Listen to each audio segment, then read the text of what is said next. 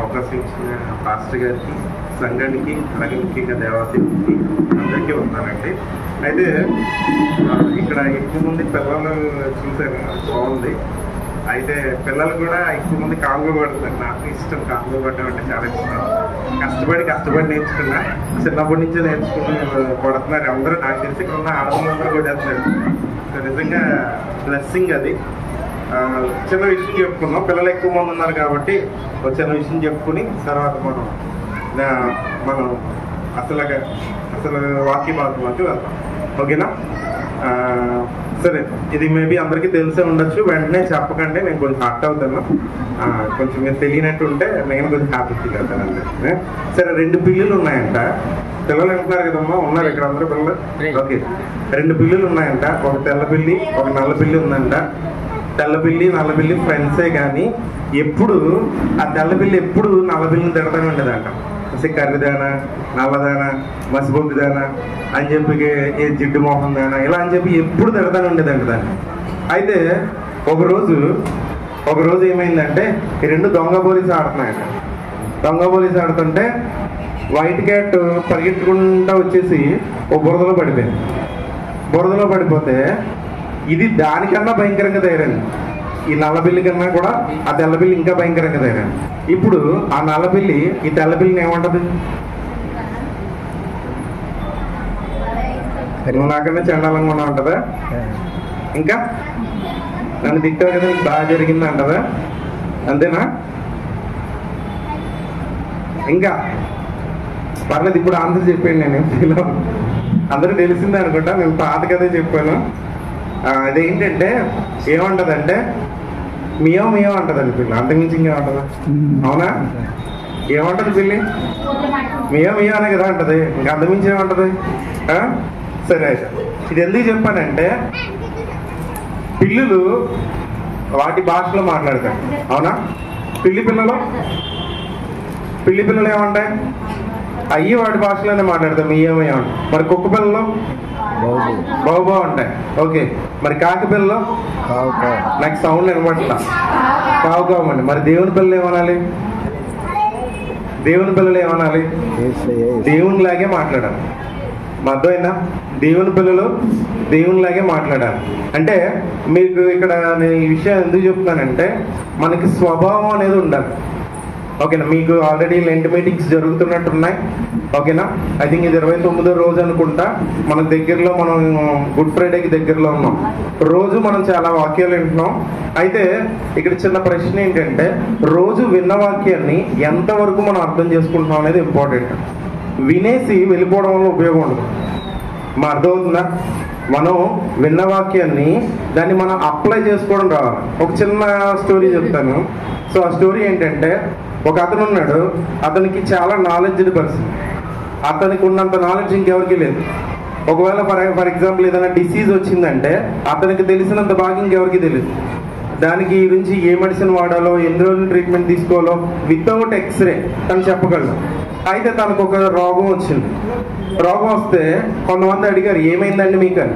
నాకు ఆ ప్రాబ్లం ఉందండి, ఇంకా ఇన్ని రోజులు ఉంటుంది ఎఫెక్ట్, సో ఈ వాడితే తగ్గిపోద్ది, ఇలా చేస్తే తగ్గిపోద్ది అని చెప్పాడు. కానీ అతను టాబ్లెట్లు ఏమి వేసుకోవాలా, చచ్చిపోయాడు. ఇప్పుడు ఇంకొక అతనికి అదే జబ్బు వచ్చింది. అతనికి చదువు లేదు. వింటున్నారు కదా అందరూ, కొంచెం సైలెంట్గా ఉండండి అమ్మా. అంటే నేను లెక్చరర్ని కదా, కొంచెం నాకు కొంచెం సైలెంట్గా ఉంటేనే చెప్పబుద్ధి అవుతుంది.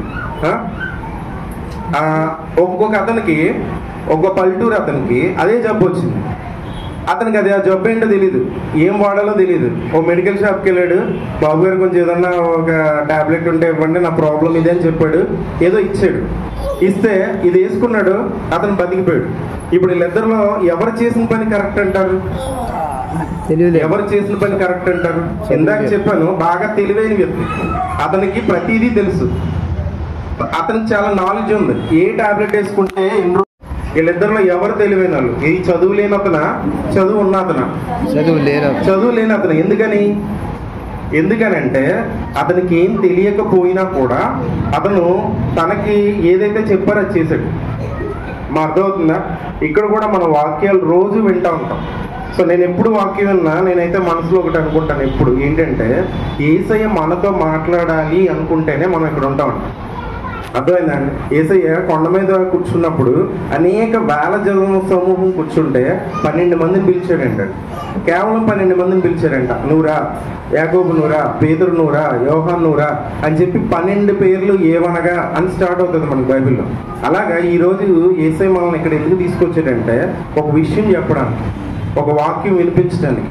సో ఆ వినే వాక్యాన్ని సాతాను ఎత్తుకెళ్ళిపోకుండా చూసుకోవాలి. లేదనుకోండి ఏమవుతుందంటే, మాకు ఈ వాక్యం తెలుసుగా, మా పాస్టర్ గారు ఎప్పుడో చెప్పారుగా, మేము చాలాసార్లు విన్నాంగా, మేము చాలాసార్లు చదివాంగా, ఇదేం కొత్త వాక్యం కాదుగా అంటే మనం ఎలా ఉంటున్నామంటే, ఇందాక నేను చెప్పిన బాగా చదువు వచ్చిన పర్సన్ లాగా మాకు అది తెలుసు, దాంట్లో ఎన్ని రిఫరెన్స్లు ఉన్నాయో తెలుసు, అది ఎంతమంది రాశారో తెలుసు, అది ఎక్కడ రాశారో తెలుసు. దీనివల్ల ఉపయోగం లేదు. మరి దేని వల్ల ఉపయోగం ఉందంటే, మనం విన్న వాక్యాన్ని అంగీకరించి మనం హృదయంలో నమ్మి యేసయ్యను గనక మనం నమ్ముకుంటే అప్పుడు దానివల్ల ఉపయోగం ఉంటుంది. ఒక చిన్న వాక్యం చదువుదాం. సో మార్కు 11వ అధ్యాయానికి వద్దాం. ఇది మన అందరికీ తెలిసిందే, బాగా తెలిసిందే. ఇందా చెప్పాను కదండి, మనకు తెలియడం కాదు ముఖ్యం, అప్లై చేయడం ముఖ్యం. మనం అప్లై చేసుకుంటున్నామా లేదా అనేదే ముఖ్యం. మనకి ఎంత తెలుసు అనేదానికన్నా మనం ఎంత వాడాము అనేది ఇంపార్టెంట్. ఒకసారి చూద్దాం.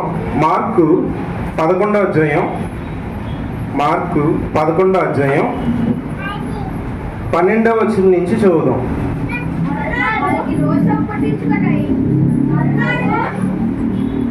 ఓకే చదవండి.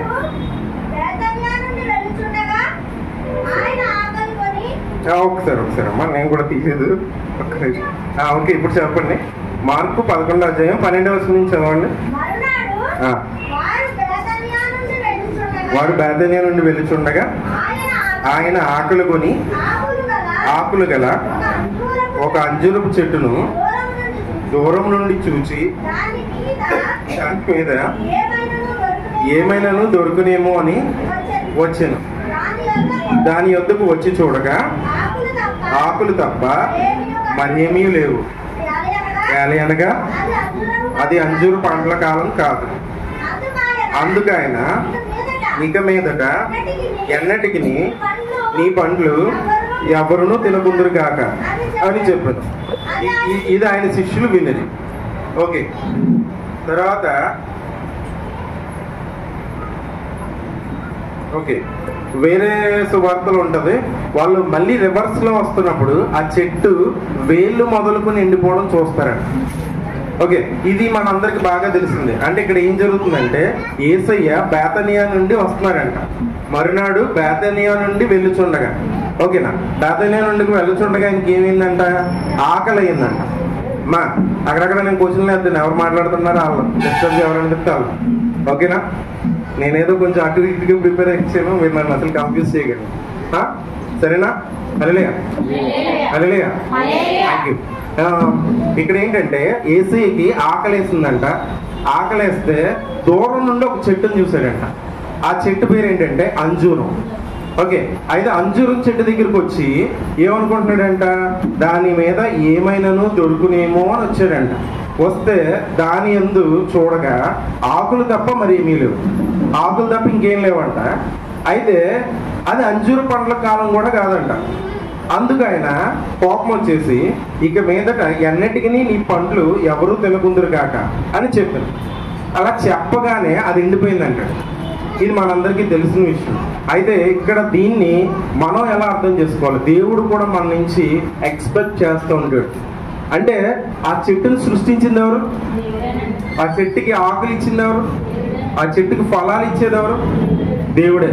సో ఒక్కొక్కసారి దేవుడు మనల్ని కూడా పరీక్షిస్తాడు. ఫలాలు ఉన్నాయా లేవా అని, మన దగ్గర ఫలాలు ఉన్నాయా లేవా అని పరీక్షిస్తాడంట. అలా పరీక్షించడానికి దగ్గరకు వచ్చినప్పుడు కనుక మన దగ్గర ఫలాలు కనబడకపోతే ఆయనకి కోపం కూడా వస్తుందంట. ఇక్కడ మనం ఆత్మీయంగా కనుక అర్థం చేసుకోవాల్సి వస్తే నేను ఎలా అర్థం చేసుకుంటానంటే, ఆకలి అనే మాట మాట్లాడారు కాబట్టి యేసయ్యకి ఆకలి అనే మాట మనకు యోహాను 4వ అధ్యాయంలో కనబడుతుంది. అక్కడ ఒక స్త్రీ ఉంటది. ఆ స్త్రీ 5 భర్తలతో ఉంటది ఇంతకు ముందు. ఓకేనా? ఆవిడతో మాట్లాడుతూ ఉంటాడు యేసయ్య. ఒక్కొక్క స్టెప్ బై స్టెప్ మాట్లాడుతూ ఉంటాడు.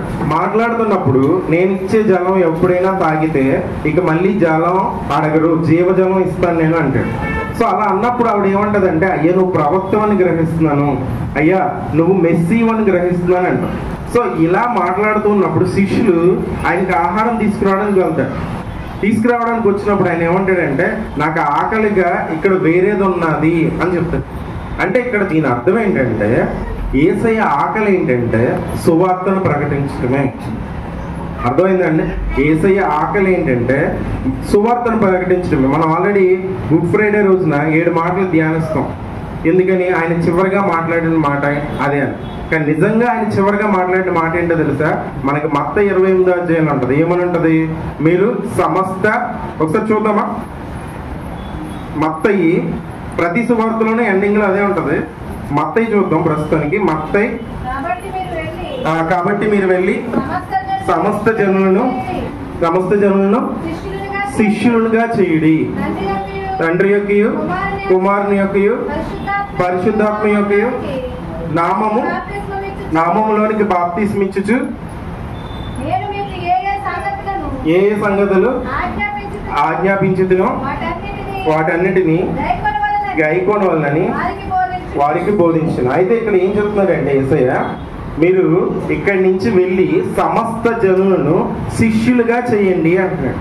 శిష్యులుగా చేయడం అంటే యేసయ్య మాటను ప్రకటించడం. మనం కూడా యేసయ్య సన్నిధిలో ఉన్నప్పుడు ఒక చెట్టు లాంటి వాళ్ళమే. ఈ చెట్టుకి మనకి ఏంటంటే ఆకులు వస్తాయి, ఫలాలు వస్తాయి. ఈ ఫలాలు ఎలాంటి ఫలాలు అయి ఉండాలంటే ఆత్మీయ ఫలాలు అయి ఉండాలి. అంటే ఈ నీ దగ్గరకు వచ్చి ఎవరు మాట్లాడినా, నీ దగ్గరకు వచ్చి ఎవరు ఏం చేసినా, సో వాళ్ళు దేవుణ్ణి తెలుసుకోగలగాలి. ఒకవేళ తెలుసుకోలేకపోతే నీ దగ్గర ఆత్మీయ ఫలం లేదంటే. ఎందుకంటే మనం ఒకసారి మత్తయి 5వ అధ్యాయం చూద్దామా? మత్తయి 5వ అధ్యాయం చూద్దాం ఒకసారి. 12వ వచనం ఒకసారి చూడండి. మీరు లోకమునకు ఉప్పు అయి ఉన్నారు. ఉప్పు నిస్సారమైతే అది దేని వలన సారం పొందును? అది బయట పారవేయబడి మనుషుల చేత త్రొక్కబడుటకే గాని మరి దేనికి పనికిరాదు. మీరు లోకమునకు వెలుగై ఉన్నారు అని చెప్తున్నాడు. అంటే యేసయ్య మనల్ని ఎలా ఉండమని చెప్తున్నాడంటే, మనం పౌలు కూడా అంటాడు, ఏమంటాడంటే, నేను దేవుని పోలు నడుచుకున్న ప్రకారం మీరు నన్ను పోలు నడుచుకోండి అన్నాడు. మరి దేవుడు ఎలా నడుచుకోమన్నాడు? మనల్ని ఎలా నడుచుకోమన్నాడంటే, మీరు లోకమునకు ఉప్పు అయి ఉన్నారు అని చెప్పాడు. ఎందుకని ఉప్పు అని మాత్రమే సంభవించాడంటే, ఉప్పు కనుక వేసుకుంటే ఆ ఉప్పు చాలా రుచిగా ఉంటుంది, నెంబర్ 1. నెంబర్ 2 ఏంటంటే చుట్టూ ఉన్న చెడుని ఆపుతుంది. ఇంతకుముందు మీరు మమ్మీలు అంటారు, మీరు ఐడియా ఉంటుంది, ఈజిప్ట్లో మమ్మీలు అంటారు కదా. సో అన్నింటిని ప్రిజర్వ్ చేయాలంటే లేదా నిల్వ చేయాలంటే ఉప్పు వాడేవారంట. అంటే ఉప్పు కనుక వాడితే దాని చుట్టూ ఉన్నది చెడిపోదు. అర్థమవుతుందండి? సో ఒకవేళ కనుక మీరు ఇక్కడ ఉన్నారు, అక్కడ ఎవరో దెబ్బలాడుకుంటున్నారు అనుకోండి, మీరు అక్కడికి వెళ్తే వాళ్ళు దెబ్బలాడుకోకూడదు, వాళ్ళు సైలెంట్ అయిపోవాలి. సో చిన్న ఎగ్జాంపుల్ చెప్తాను, చాలా చిన్న ఎగ్జాంపుల్. ఇది ఎప్పుడు చెప్తా ఉంటాను, ఎక్కువ చెప్తా ఉంటాను. సో మా బ్రదర్ ఒక ఆయన ఉన్నాడు, అంటే బ్రదర్ కాదు సీనియర్. సో మేము మెస్లో ఉన్నప్పుడు అతను చాలా పక్కగా ఉండేవాడు, చాలా పక్కగా ఉండేవాడు. ఎవరిని ఏమనేవాడు కాదు. గట్టిగా మనం ఫ్యాన్ కొంచెం స్పీడ్ పెంచితే ఆయన కొంచెం ఎగిరి వెళ్ళిపోతారు కూడా, అంత వీక్గా ఉంటాడు. మేము అంతసేపు గొడవ ఉండేది.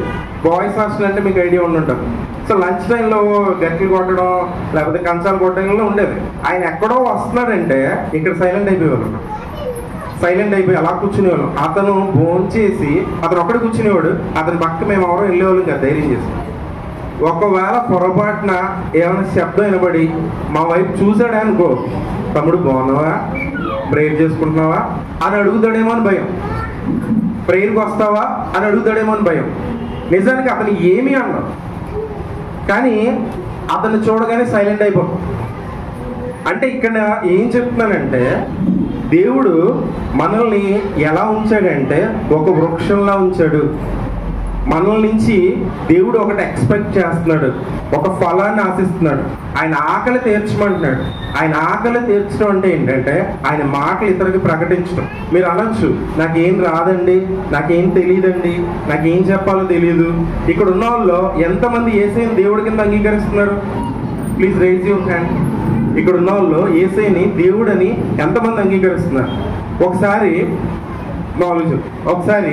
ఏమైందంటే, అంటే నేను మాటవర్స్కి చెప్తున్నా, మనకి తెలిసిన ప్రతి విషయం గురించి ఇతరులకు చెప్తాం కదా. మనకు తెలిసిన విషయం గురించి ప్రతి ఒక్క విషయం గురించి చెప్తాం కదా. కానీ ఒకవేళ యేసయ్య గురించి కనుక మన ఫ్రెండ్స్కి చెప్పకపోతే, మన బంధువులకు చెప్పకపోతే, మన రిలేటివ్స్కి చెప్పకపోతే వాళ్ళు నరకంలో పడతారని ఎంతమందికి తెలుసు? మీ ఇంట్లో వాళ్ళు ఎవరికైనా దెబ్బలు తగిలితే మీకు ఇష్టమా? మీ ఇంట్లో వాళ్ళకి ఎవరికైనా ఒళ్ళంతా కాలిపోతే మీకు ఇష్టమా? మీ ఇంట్లో వాళ్ళకి ఏదైనా కష్టం వస్తే మీకు ఇష్టమా? మీ ఫ్రెండ్స్ వాళ్ళకి ఏదో ప్రాబ్లం వచ్చింది, ఒక యాక్సిడెంట్ అయిపోయింది, అప్పుడు మీకు ఇష్టమా? అదే మీకు ఇష్టం లేనప్పుడు మరి యేసయ్యని నమ్ముకోకపోతే యుగ యుగాలు మనం నరకంలో ఉంటామన్న విషయం తెలిసి కూడా మనం చెప్పకపోతే తప్పెవరిది? మనదే కదా. అంటే ఒకసారి ఏమవుద్దంటే, ఇద్దరు ఫ్రెండ్స్ ఉంటారు, ఆడికి తెలిసిన ప్రతి విషయం వీడికి తెలుస్తుంది. ప్రతిదీ వాళ్ళ ఇంట్లో అయిన విషయాలైనా సరే ప్రతిదీ తెలుస్తుంది.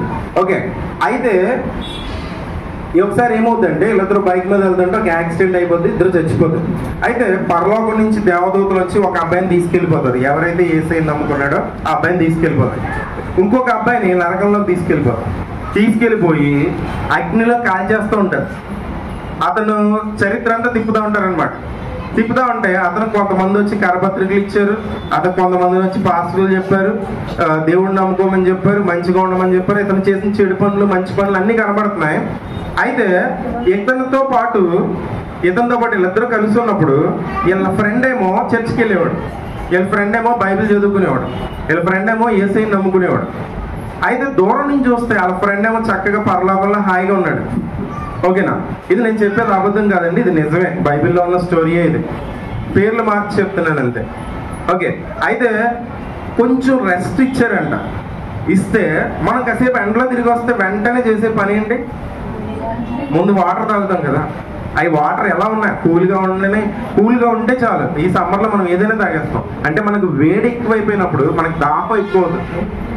అటువంటిది అగ్నిలో కాలిపోతున్నాము అంటే మన శరీరం కృషించుకుపోదు. అలా కృషించుకుపోతున్నప్పుడు ఇంకా దాహం అని ఉంటుంది. సో అందుకే బైబిల్లో అంటాడు, అబ్రహామా నీ రొమ్మునున్న లాజరుని పంపి తన వేలి కొనను నా నోటిలో, అంటే ఇలా మనం కనుక వేలు ముంచాం అనుకోండి ఒక చుక్క వస్తుంది కదా, ఆ చుక్క నా నోట్లో వేయడానికి పంపించవా అని అడుగుతున్నాడు. ఆ లాజరు ఎలా ఉన్నాడు? ఒళ్ళంతా కురుపులతో ఉన్నాడు. అలాంటి ఆయన అంట ఇలా ఏళ్ళలో నీళ్లు ముంచి ఇలా తీసుకొచ్చి ఇస్తే అది చాలు అనుకుంటున్నాడంట అతను. అంటే యేసు ప్రభువుని నమ్ముకోకపోతే పరిస్థితి అది. ఇలా ఉన్న సిచ్యువేషన్లో ఇంత బ్రేక్ ఇచ్చారు. బ్రేక్ ఇస్తే ఇలా ఫ్రెండ్ వచ్చి అడుగుతున్నాడు, అరే పర్లేదా, ఎలా ఉందిరా నరకంలో అని చెప్పి మాట్లాడుతున్నాడు. అప్పుడు వాడు అడిగాడంట, అరే నీకు తెలిసిన ప్రతి విషయం గురించి చెప్తావు కదా నాకు, ప్రతి విషయం గురించి నాకు చెప్తావు కదా, కానీ యేసయ్యని నమ్ముకోకపోతే నేను నరకంలో ఉంటానని నాకు ఎందుకు చెప్పలేదు? అది కాదురా, నీకు ఆ విషయం తెలుసు కదా, ఆన్లైన్లో చెప్పారు కదా అంటే అప్పుడు ఆయన అన్నాడంట, ఒరే ఆన్లైన్లో చెప్పడం వేరు, నువ్వు చెప్తే ఖచ్చితంగా నేను మారేవాడిని, ఎందుకంటే నా క్లోజ్ ఫ్రెండ్ నువ్వు. నేను ఈ మాట నేను కల్పించి చెప్పట్లా. ఒకసారి యెహెజ్కేలు 33వ అధ్యాయం చూద్దామా? 33వ అధ్యాయం 8వ వచనం చూద్దామా? సో అక్కడ ఏమని ఉంటుందంటే యెహెజ్కేలు 33వ అధ్యాయం 8వ వచనంలో ఏమని ఉంటుందంటే, దుర్మార్గుడా నువ్వు నిశ్చయముగా మరణం నొందదు అని దుర్మార్గునికి సెలవీగా అతడు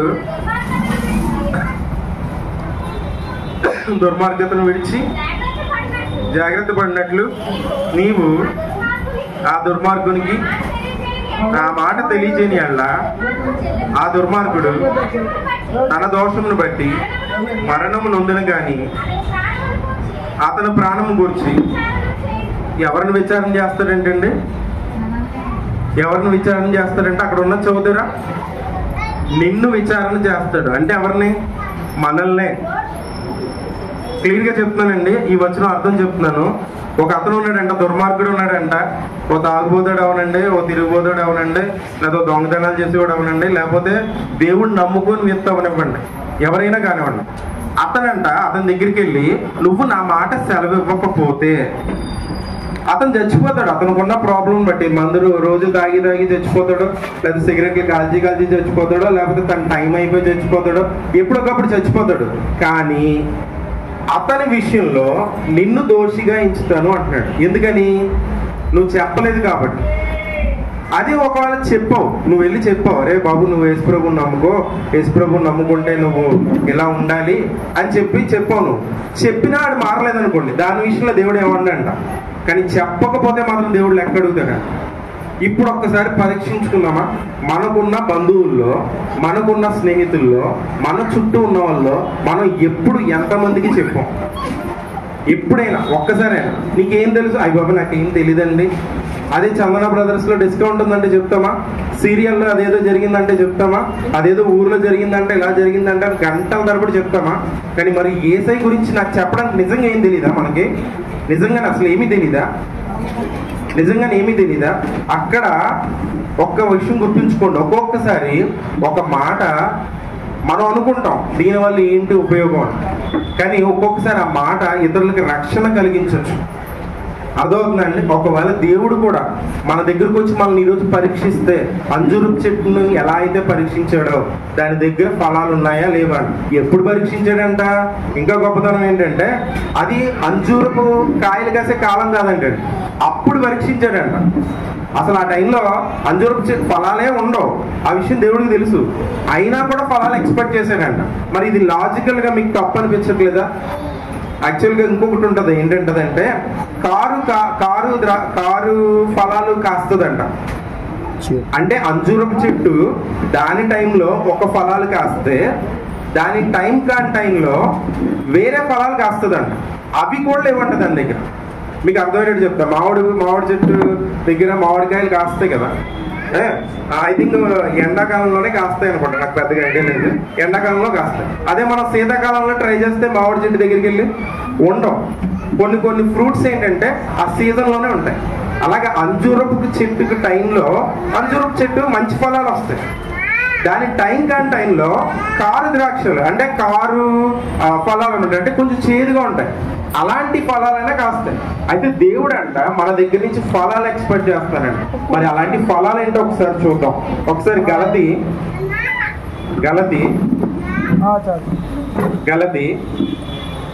5వ అధ్యాయం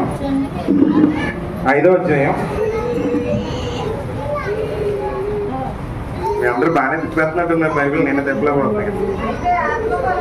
అమ్మా థ్యాంక్స్ అమ్మా. ఎంత రిఫరెన్స్ చెప్పండి ఒకసారి. 5:22. ఓకే, గలతీ 5వ అధ్యాయం 22వ వచనం ఒకసారి చూద్దాం.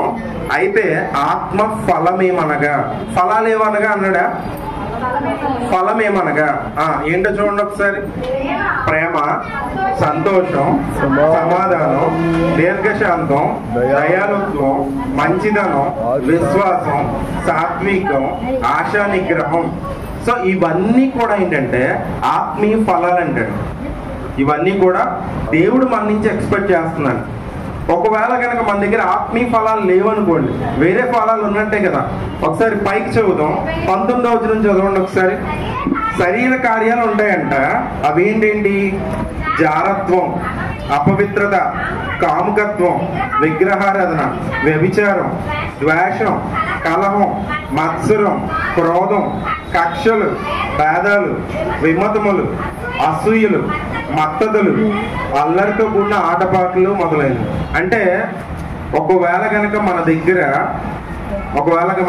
దగ్గర ఆత్మీయ ఫలాలు లేవంటే దాని అర్థం ఏంటంటే మన దగ్గర ఏ ఫలాలు ఉన్నట్టంటే శరీర కార్యాల నుంచి వచ్చే ఫలాలు ఉన్నట్టు లెక్క. అర్థమవుతుందండి? మన దగ్గర ఏ ఫలాలు ఉన్నాయో ఒకసారి చెక్ చేయండి. ఒకవేళ నేను జరిగిన విషయం చెప్తున్నా. నిన్న ఈ ఊరికి వచ్చాము, రాజమండ్రి వచ్చాము. ఇక్కడ ఒక చోట వాకింగ్ చేద్దామని వచ్చాను. పొద్దుటే లెగ్స్ చూడగానే మా అపార్ట్మెంట్లో ఒక ఆవిడ చనిపోయిందండి. ఆవిడ నాకన్నా వయసు చిన్న ఆవిడే, 2 పిల్లలు ఉంటారు. నాకు తెలిసి ఆవిడ చాలా హెల్తీగా ఉంటుంది. మరి ఆవిడ ఎందుకు చనిపోయిందో తెలియదు. ఓకేనా? ఎందుకు చెప్తున్నానంటే we don't know our time. ఏ క్షణమో తెలియదు జీవితాంతం, ఈ క్షణమే చేసుకు యేసుని సొంతం. కన్ను తెరిస్తే వెలుగురా, కన్ను మూస్తే చీకటిరా, నోరు తెరిస్తే శబ్దమురా, నోరు మూస్తే నిశ్శబ్దమురా, బంగారు ఊయల ఊగిన నీవు, భుజములపై నిన్ను మోయక తప్పదురా, పట్టు పరుపు పైన పొర్లిన నీవు, మట్టి పరుపులు నిన్ను పెట్టక తప్పదురా. ఏ క్షణమో తెలియదు జీవితాంతం, ఈ క్షణమే చేసుకో యేసుని సొంతం. కన్ను తెరిస్తే వెలుగురా, కన్ను మూస్తే చీకటిరా. హల్లెలూయా. సో ఈ పాట అర్థం మనందరికీ తెలిసిందే. బంగారపు ఊయలు ఉన్నా కూడా మనల్ని చనిపోతే భుజాల మీదే మోసుకెళ్ళాలి. ఈ ప్రపంచాన్ని జయించిన అలెగ్జాండర్ ఏంటంటే 3 విషయాలు చెప్పాడంట. నేను చచ్చిపోయాక 3 పనులు చేయాలి. ఇది చాలా మందికి తెలిసిన విషయం. నా చేతులు బయట పెట్టి తీసుకెళ్ళండి అన్నాడంట. సమాధిలో నుంచి, సమాధి పెట్టి ఉంటుంది కదండి, ఆ పెట్టిలోంచి చేతులు బయట పెట్టి తీసుకెళ్ళండి అన్నాడంట. తర్వాత నేను ఎన్నైతే వజ్రాలు సంపాదించానో అన్ని వజ్రాలు నన్ను మోసుకెళ్ళేదాకా దారంట పరచండి అని చెప్పాడంట. 3 చెప్పాడంట, వైద్యులు నాకు ఎవరైతే వైద్యం చేశారో వాళ్ళే నాది మొయ్యాలని చెప్పాడంట. సో ఎందుకని ఈ విషయం చెప్పాడంటే, ఈ లోకంలో నువ్వు ఎంత సంపాదించినా వెళ్ళిపోయేటప్పుడు ఉత్తి చేతులతో వెళ్తామని గుర్తించాడు. మనం ఈ లోకంలో అన్నిటికీ ప్రయారిటీ ఇస్తాం. అన్నిటికీ, చదువుకి ఇస్తాం, మనం చేసే పనికి ఇస్తాం, మన పిల్లలకి ఇస్తాం, మన ఫ్యామిలీకి ఇస్తాం, ప్రతిదానికి ఇస్తాం. కానీ చాలా తక్కువ ప్రయారిటీ దేనికి ఇస్తున్నాం అంటే యుగ యుగాలు ఉండేదానికి. మరి ఏంట్రా, ఏంటి ఈరోజు స్కూల్ మానేసేవేంటి, చదువుకోవాలని లేదా, లేకపోతే ఏంటి నువ్వు ఉద్యోగం చేయాలని లేదా, నువ్వు బతకాలని లేదా అంటే మనం ఈ భూమి మీద ఉండే మహా అయితే 60, 70, ఇంకా గట్టి మాట్లాడితే 80 సంవత్సరాలు బతుకుతామేమో. ఏది మనకేది జరగకుండా, ఏ కరోనా, ఏ యాక్సిడెంట్, లేదా ఏదైనా ఇంకేదైనా ప్రాబ్లం రాకుండా ఉంటే మనం బ్రతికేది అంతకాలం. ఇంతకాలంలో మనకు ప్లానింగ్, మన సైట్, మనకి అపార్ట్మెంట్లు, మనకి ఇల్లు, ఎంత ప్లానింగ్ ఉండదు. మరి యుగ యుగాలు మనం వన్స్ గనక యేసయ్యని నమ్ముకోకపోతే మనం ఇక్కడ కన్ను మూస్తే ఎక్కడ కన్ను తెరుస్తాం? ఎన్నో వాక్యాలు వింటున్నాం, రోజు ఎన్నో వాక్యాలు వింటున్నాం. ఇందా చెప్పా, నాకు చాలా తెలుసు, చాలా సార్లు తిన్నాను, నేను ఎన్ని మీటింగ్లు అటెండ్ అని నాకే తెలియదు. ఒకసారి ఎవరి దాకా ఎందుకు, మనకు మనమే లెక్కెట్టుకున్నాం. మనం ఎన్నిసార్లు ప్రార్థనలకు అటెండ్ అయ్యాం, ఎన్ని పాటలు పాడాం, ఎన్నిసార్లు వాక్యం చదివాం, ఎన్నిసార్లు వాక్యం విన్నాం. ఇంత విని రేపొద్దున చనిపోతే are you having the clarity, are you having the surety? మనం కన్ను పరలోకంలో తెలుస్తామనే నమ్మకం ఇక్కడ ఉన్న వాళ్ళకి ఎంతమందికి ఉంది? అఫ్ కోర్స్ మనం ఒకవేళ దేవుడి దగ్గరికి వస్తూ మనం పడిపోతూ ఉండొచ్చు, మనం పాపం చేస్తూ ఉండొచ్చు. అయితే దేవుడు ఆ పాపను ఉండిపోమని చెప్పట్లా, మనం సరి చేసుకోవడానికి ట్రై చేయాలి. ఏ రోజుకి ఆ రోజు. యేసయ్య మాట చెప్పాడు కదా, నువ్వు ఎవరి దగ్గర ఒక చొక్కా తీసుకుంటే అది ఏం చేయాలి, సాయంత్రంకి ఇచ్చేయాలని. మరి మనం కూడా యేసయ్య దగ్గర ఒక చొక్కా తీసుకున్నాం. అదేంటో తెలుసా? రక్షణ అనే చొక్కా. ఏ రోజుకి ఆ రోజు మనం పక్కన వాళ్ళని కాపాడడం ఒక బాధ్యత అయితే, మెయిన్ బాధ్యత ఏంటంటే ముందు మనం కాపాడుకోవడం. ఇందా చెప్పా, ఉప్పు చుట్టూ ఉన్న వాళ్ళని కాపాడుతుందంట. మరి మీ ఇంట్లో ఉన్న ఎంతమంది ఉన్నారు? మీ ఇంట్లో 4 ఉన్నారనుకోండి, మీ 4 పరలోకంలో ఉంటారన్న గ్యారెంటీ నీకుందా? ఒక్కసారి ఆలోచించండి. మీరు బాగానే ఉంటారు, మీ పిల్లలు నరకంలో ఉంటే మీకు ఎలా ఉంటుంది? ఒక్కసారి. ఎందుకంటే యేసయ్య మనల్ని అనుక్షణం పరీక్షిస్తాడు. మన టైం ఎంతో మనకు తెలీదు, ఏ క్షణాన్న మన సమయం అయిపోతుందో తెలియదు. కాబట్టి ఎప్పటికప్పుడు ఏ రోజుకి ఆ రోజు దేవుడి దగ్గరికి వచ్చి, ప్రభువా నేను ఇంకా చేయలేకపోతున్నా, ఇంకొంచెం. ఒక పిల్లడంట డ్రాయింగ్ ఎగ్జామ్కి వచ్చాడంట, ప్రాక్టీస్ చేస్తున్నాడంట, ఏదో అలా వేస్తాడంట. మాస్టర్ అన్నాడంట, అరే బాబు టైం తీసుకుని ఇంకోసారి ట్రై చేయను. ఇంకోసారి ట్రై చేశాడంట, కొంచెం బాగా వచ్చింది. ఇంకోసారి ట్రై చేయన్నాడు, బాగా వచ్చిందంట. ఇంకా అలా ట్రై చేయమని 10 ట్రయల్స్ ఇస్తే బహుశా మాస్టర్ కూడా వేయలేడంట, అంత బాగా వేస్తాడంట. Practice makes mans perfect. మనకి ఏదైతే రాదో అది చెయ్యాలి. చాలా మంది ఏమంటారంటే నాకు మాట్లాడటం రాదండి, కానీ వాళ్ళు వీధిలో దెబ్బలాట మొదలెడితే మనం పెట్టే మైక్ సౌండ్లు కూడా వినకూడదు. అవునా కదా? అండ్ నేను ఎవరిని విమర్శించట్లేదు, మనం మాట్లాడగలం, మనం చెప్పగలం. దేవుడి కోసం మనం చేయాల్సింది ఏంటంటే, ప్రభు నేను రెడీ, నువ్వు నన్ను వాడుకో, నువ్వు మాట్లాడించు. ఏమో మనం చెప్పే ఒక్క మాట ఇతరులను రక్షించవచ్చు. ఒకవేళ ఆ జీవితంలో వాళ్ళ జీవితంలో అది చివరి నిమిషం అయితే నువ్వు చెప్పే ఒక మాట వల్ల వాళ్ళు రక్షించబడచ్చు. సులువు మీద ఉన్నప్పుడు ఏసయ్య ఒక్క మాట చెప్పలా పక్కనున్న దొంగడికి, నువ్వు మారు మనసు పొందు, నువ్వు నన్ను ఒప్పుకుంటే నిన్ను అందరికీ చెప్పాడు, పక్కన ఇద్దరు దొంగలకి చెప్పలా. మీరు కావాల్సి అబ్జర్వ్ చేయండి. కానీ దొంగ ఏమన్నాడు, నువ్వు నీ రాజ్యంతో వచ్చినప్పుడు నన్ను జ్ఞాపకం చేసుకో అన్నాడు. అంటే మన లైఫ్లో కొన్ని డెసిషన్స్ మన టార్గెట్ మారుస్తాయి, మన లైఫ్ సెట్ అవుతాయి. మనం ఎన్నోసార్లు వాక్యాలు వింటున్నాం, మనం ఈ ప్రార్థనలో చాలాసార్లు ఏసే మాటలు వింటున్నాం. అవి విని ఎక్కడ భద్రపరుస్తున్నాం? హృదయంలో భద్రపరుస్తున్నామా, బయటపడేస్తున్నామా? ఇన్పుట్ తీసుకుంటున్నాం, అవుట్పుట్ వస్తుందా? ఇక్కడ అదే చూస్తున్నాడు ఏసయ్య. అంజూరు చెట్టు దగ్గరకు వచ్చినప్పుడు దానికి నీళ్ళు వేస్తున్నారు, లేకపోతే దానికి ఎరువులు వేస్తున్నారు, కానీ ఫలాలు ఫలించట్లా. ఆ ఫలాలు ఫలించకపోతే ఏసేయమంటాడు తెలుసా? నశించిపోతాం, ఎండిపోతాం ఇప్పుడే. ఒకవేళ అదే మాట దేవుడు మనల్ని అంటే, ఆర్ యు యాక్సెప్టెడ్? మనల్ని మనం చెక్ చేస్తే పోనీ మన దగ్గర ఆ ఫలాలు ఉన్నాయా? సో ఒక్కసారి పరీక్షించుకోండి. ఒకవేళ మీరు మంచోళ్ళు అయితే వెరీ గుడ్. రెండోది ఏంటంటే, మన చుట్టూ ఉన్న వాళ్ళని కూడా రక్షించాలి. ఏసై మన మీద పెట్టిన బాధ్యత అదే. మీరు అందరికీ లోకానికి వెళ్ళి సమస్త జనుల్ని శిష్యులుగా చేయండి అన్నాడు. ఓకేనా? సో మనం సువార్తను ప్రకటించడం మన బాధ్యత. ఒక చిన్న పాట పాడి నేను ముగించేస్తాను. ఐ థింక్ టైం ఎక్కువైపోతున్నట్టు. సుఖము సౌఖ్యము కోరి నీవు సువార్త భారము మరచినావు. సుఖము సౌఖ్యము కోరి నీవు సువార్త భారము మరచినావు. నేను నమ్మిన యేసయ్యకు నమ్మక ద్రోహం చేయుదువా. నేను నమ్మిన యేసయ్యకు నమ్మక ద్రోహం చేయుదువా. లెమ్ము సోదరా, లేలెమ్ము సోదరి, సువార్తను ప్రకటింపవా, సునాదము వినిపించవా, సిలువను ప్రకటింపవా, దాని విలువను వివరింపవా, సువార్తను ప్రకటింపవా. అలాగే ఇందాక ఫస్ట్ లో చెప్పా, పిల్లి పిల్లలు పిల్లిలాగా అరుస్తాయి, కుక్క పిల్లలు కుక్కలాగా అరుస్తాయి. మరి దేవుని పిల్లలు దేవునిలాగా ఉండాలి. రోజు చూసి మా నాన్నలా ఉండాలి నేను అనుకుంటాడు పిల్లాడు, చిన్నపిల్లాడు. మా డాడీ ఎలా ఉన్నాడో, మా అమ్మ ఎలా ఉందో, మరి మీరు ఎలా ఉంటున్నారో ఒకసారి పరీక్షించుకోండి. ఎందుకంటే మనల్ని మనం పరీక్షించుకుని మన పిల్లల్ని దేవుని దగ్గరికి తీసుకొస్తే సో మన ద్వారా కొంతమంది రక్షించబడతారు. ఒకవేళ ముందు మనం రక్షించబడలేకపోతే, ఇందాక ఉంది కదా ఉప్పు పనికి రాకపోతే దాన్ని అంటే దారిలో వేసి తొక్కడానికి ఉపయోగపడతారంట. బహుశా రోడ్లలో కాంక్రీట్ వేస్తారు కదా, ఒకవేళ ఉప్పు టేస్ట్కి పని చేయకపోతే ఆ రోడ్ని కింద వేసేస్తారంట. కానీ ఉప్పు ఫంక్షనాలిటీ ఏంటో తెలుసా? చెడుని ఆపాలి, నీలో ఉన్న చెడుని ఆపాలి, ఇతరులకి రుచికరంగా ఉండాలి. అలాంటి జీవితాలు దేవుడు మనకి ఇవ్వాలి. చిన్న ప్రయత్నం చేసుకున్నాం. మహాపరిశుద్ధుడు మా ప్రియపరలోకపు తండ్రి, నీకు స్తోత్రాలు నా ప్రభా. తండ్రి ఇప్పుడు దాకా మీరు మాట్లాడారని నమ్ముతున్నాం ప్రభా. నిజమే తండ్రి, ఒకవేళ మీరు మమ్మల్ని పరీక్షిస్తే ప్రభా మా దగ్గర ఎటువంటి ఫలాలు ఉన్నాయో ప్రభా మేము సిద్ధంగా లేము తండ్రి.